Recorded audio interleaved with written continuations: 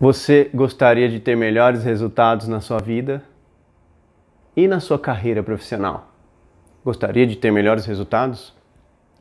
E se você conseguisse utilizar todo o seu potencial como ser humano, como seria a sua vida daqui a 1 ano? E daqui 2? E daqui 5 anos? Se você conseguisse transformar toda a procrastinação, todos os seus medos em ação, em evolução, como seriam seus resultados? Nas mais diversas áreas da sua vida. Você acha isso possível? Sim? Não? Vem comigo. Vou te falar sobre coaching.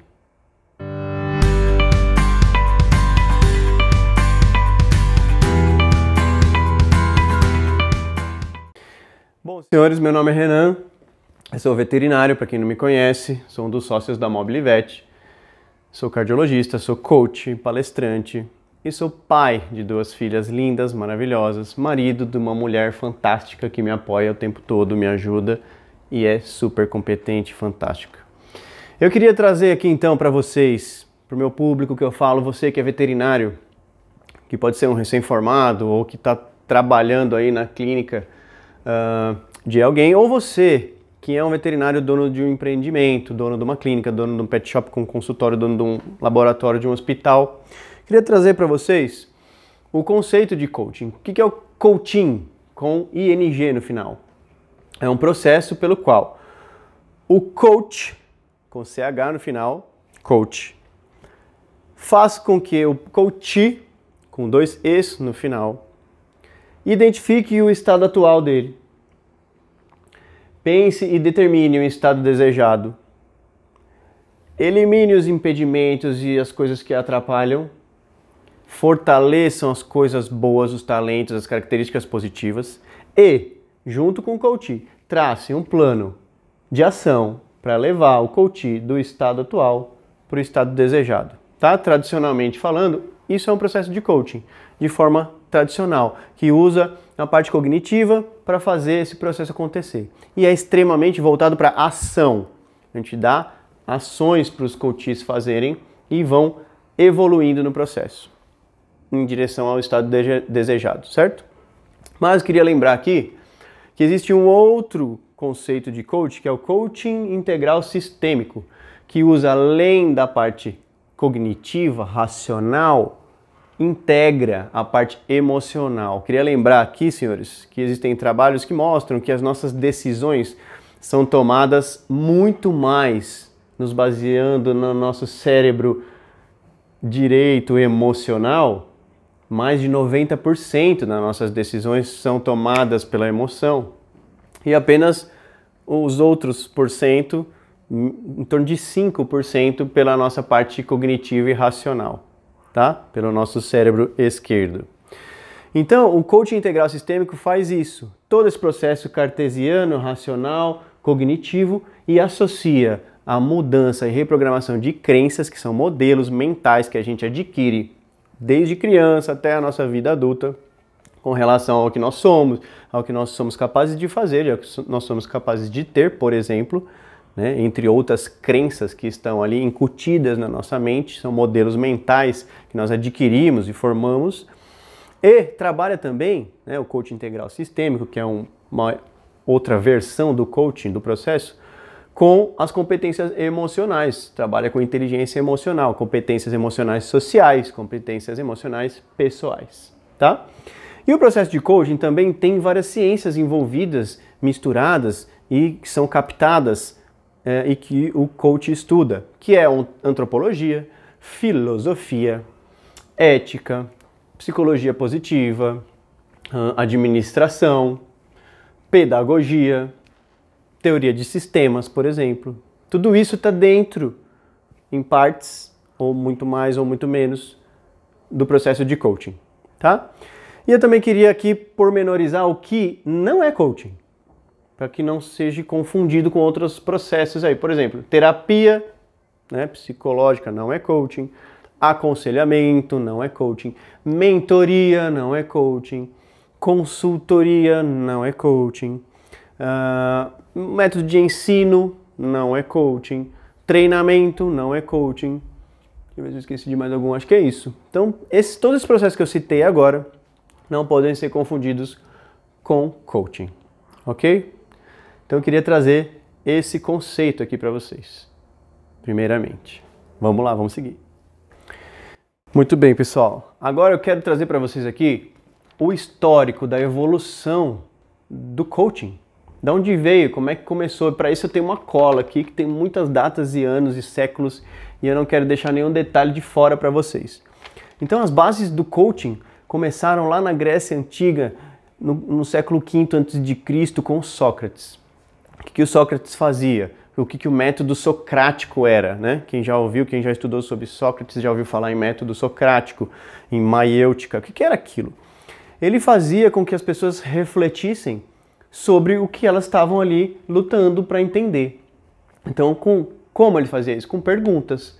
Ele ia fazendo perguntas e as pessoas iam sozinhas tendo as certezas que faziam sentido para elas. Isso era o método de Sócrates, lá no século V. Então, o coaching faz isso, faz muitas perguntas e traz o próprio indivíduo a chegar nas suas próprias conclusões. Depois do século IV, com Platão, a gente tem, né, com a filosofia ali se desenvolvendo também, a gente tem o mito da caverna. O que é o mito da caverna? Vou contar para vocês rapidinho aqui. Imaginem os prisioneiros presos dentro de uma caverna, com uma fonte de luz atrás dele, pode ser uma fogueira. E o mundo que eles conseguem enxergar, porque eles não podem sair da caverna, são as sombras que passam ali no fundo da caverna. Então as pessoas que passam na porta da caverna, eles veem as sombras. Ou seja, é uma visão muito limitada de mundo que eles têm ali. Mas ali, um prisioneiro consegue escapar. E ele escapa, ele sai da caverna. E ele conhece o mundo, conhece as cores, conhece tantas coisas quantas ele consegue perceber ali pelos sentidos dele, por onde ele andou. E ele volta para a caverna e conta para aqueles prisioneiros o que é aquele mundo que ele conheceu. E hoje, com o nosso raciocínio hoje, parece fazer mais sentido que os prisioneiros quisessem sair da caverna para conhecer aquele mundo que o prisioneiro que fugiu trouxe de informações. Porém, os presos que ficaram simplesmente não acreditam que aquilo existe. Não faz sentido para eles todas aquelas coisas, aquele mundo de informações que aquele que saiu da caverna trouxe. Isso mostra o quanto nós temos dificuldades de abrir os nossos olhos, de tirar as vendas e enxergar o horizonte maior. Isso é a base da autorresponsabilidade que já foi começando a criar. Eu não quero porque aquilo não faz sentido para mim, então deixo para lá. E você começa a fazer escolhas ruins. E você começa também a ter, além de a abertura do horizonte para o mundo, a abertura do conhecimento interno sobre você mesmo, que é mais uma base de autorresponsabilidade. Se a gente não conhece a nós mesmos, como vamos fazer melhores escolhas que fazem sentido para a gente? Então ali a filosofia com o mito da caverna começou no século IV, Grécia Antiga, com Platão. Beleza? Aí nós vamos pular a Idade Média e tal, nós vamos lá para o século XV, na vila de Kos, na Hungria, que foi a origem do termo coach, né? O coach era o cocheiro, o cara que levava as pessoas e guiava os cavalos das carruagens. Então o coach já começou a ser associado a um processo de transformação, né? Então ele levava as pessoas de um lugar para o outro, guiando e orientando esse processo de transformação, de mudança. E aí, nós vamos andar um pouco mais. O termo coach na Inglaterra no século XIX, lá pela década de 1840, começou a ser associado aos professores, às pessoas que ajudavam aqueles estudantes iniciantes, os calouros que entravam ali no processo de ensino, para que eles tivessem maior aprendizado, maior eficiência no processo de aprendizado. Então, a primeira vez que foi o termo coach associado a um processo de acompanhamento de alguém. Em 1880, o termo coach começou a ser associado aos treinadores de esportes, que nada mais era do que o mesmo processo, só que agora no desenvolvimento e no desempenho com esportes. E então entramos aí no século 20, 19 e 20, a influência do processo de coaching com a filosofia ocidental. Então na década de 30, 50, o coaching, agora com ING, já foi considerado uma disciplina independente. Então já começou-se a estudar com maior carinho e foco o processo específico de coaching. E entre a década de 60 e 70, depois da publicação do livro de Viktor Frankl, né, que foi um refugiado que ficou ali na Segunda Guerra no campo de concentração de Auschwitz, que escreveu um livro fantástico, Em Busca de Sentido, mostrou que a base da logoterapia, né, começou a ser ali introduzida junto com o processo de coaching. Então isso foi na década de 60, 70 e isso trouxe para o mundo business esse processo, aplicando em melhora de liderança e em modelagem das pessoas de sucesso. Essa modelagem também foi introduzida junto do processo de coaching, que é a PNL, né? Programação Neurolinguística. Esse conceito e toda essa ciência de programação neurolinguística também foi trazida para dentro do processo de coaching, especialmente aplicado no mundo business. E aí teve um marco, que é o livro O Jogo Interno do Tênis, do Tim Gallwey, que escreveu esse livro em 74, e ele era coach de jogadores de tênis, e ele percebeu que existia o jogo externo do tênis, que era na hora que o atleta estava ali performando o jogo, e o jogo interno na cabeça daquele atleta. Então ele dividiu entre jogo externo e jogo interno, e o jogo interno fazia muita diferença no resultado, no outcome daquele esportista de tênis. E aí ele começou a fazer isso também no golfe. E no golfe tem muitos empresários, muita gente, dono de empresa, de corporações, e eles perceberam que esse conceito poderia ser aplicado na empresa deles. Daí de 74 para 80 começaram a surgir as primeiras companhias de processo de coaching especializado e profissional, muito ainda voltado para o mundo business, tá? E aí depois da década de 80, na década de 90, com Anthony Robbins, né, o Tony Robbins, começou a pegar todo esse conceito e aplicar para a vida das pessoas. Trouxe do mundo business para a vida das pessoas, trazendo um novo, vamos dizer assim, uma nova versão do coaching, que é o life coaching, aplicado especialmente à vida das pessoas, pessoas com problemas psicológicos, com dificuldades, e aí isso começou a ser feito aí na década de 90. John Whitmore também, ainda na década de 90, começou a usar o coaching para trazer o processo para alta performance, né? Então, ele era um coaching específico para alta performance das pessoas, não muito para life, mas alta performance em todas as áreas da vida. E pegando aí no meio da década de 90, lá para 95, quando Daniel Goleman publicou Inteligência Emocional, foi mais um ponto que foi adicionado ao processo de coaching. Todo o conceito de inteligência emocional, pessoal, social, isso foi aglutinado no processo, e em 2010, na década de 2010, Paulo Vieira transformou tudo isso num coaching integral sistêmico, que é mais uma evolução do processo de coaching, na minha opinião, e na opinião de muitos que participam e que são formados na Febracis. Daí de 2010 para cá, nos últimos 10 anos, a gente teve um salto da entrada da neurociência dentro do processo de coaching, que percebeu que a dor das pessoas física ativava as mesmas áreas do cérebro do que a dor das pessoas que tinham alguma rejeição social.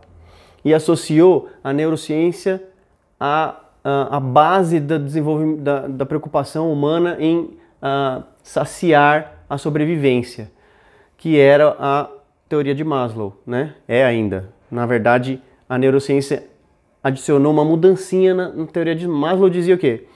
Que a base da pirâmide da pessoa, do ser humano, do indivíduo, era sobrevivência, comida. Depois, segurança. Depois, relações sociais e então autoestima e autorrealização. Com a neurociência, com a base da neurociência, começou lá em 81, né, com Roger Sperry, que ganhou o prêmio Nobel de 81. O que ele dizia? Ele dizia uma frase muito legal aqui. O prazer que o meu cérebro direito está sentindo é maior do que a capacidade do meu cérebro esquerdo de explicá-lo. Ele trouxe a neurociência, incluindo aí na teoria de Maslow. Então, a base da sobrevivência não é só comida, é só abrigo, é também relações pessoais, porque isso é associado à dor física quando a gente é rejeitado. Então, o ser humano procura relações sociais como sobrevivência.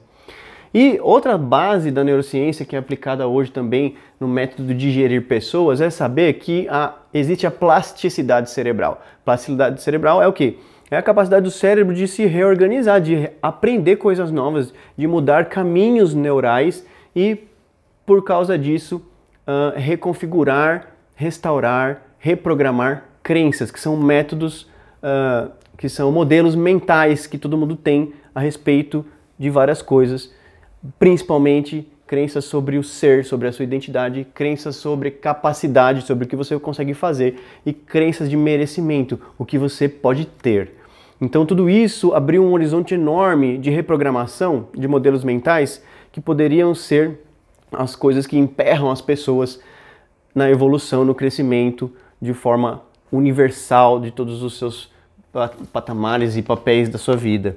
Então é isso, a fisiologia humana ela foi integrada no processo de coaching de 2010 para cá.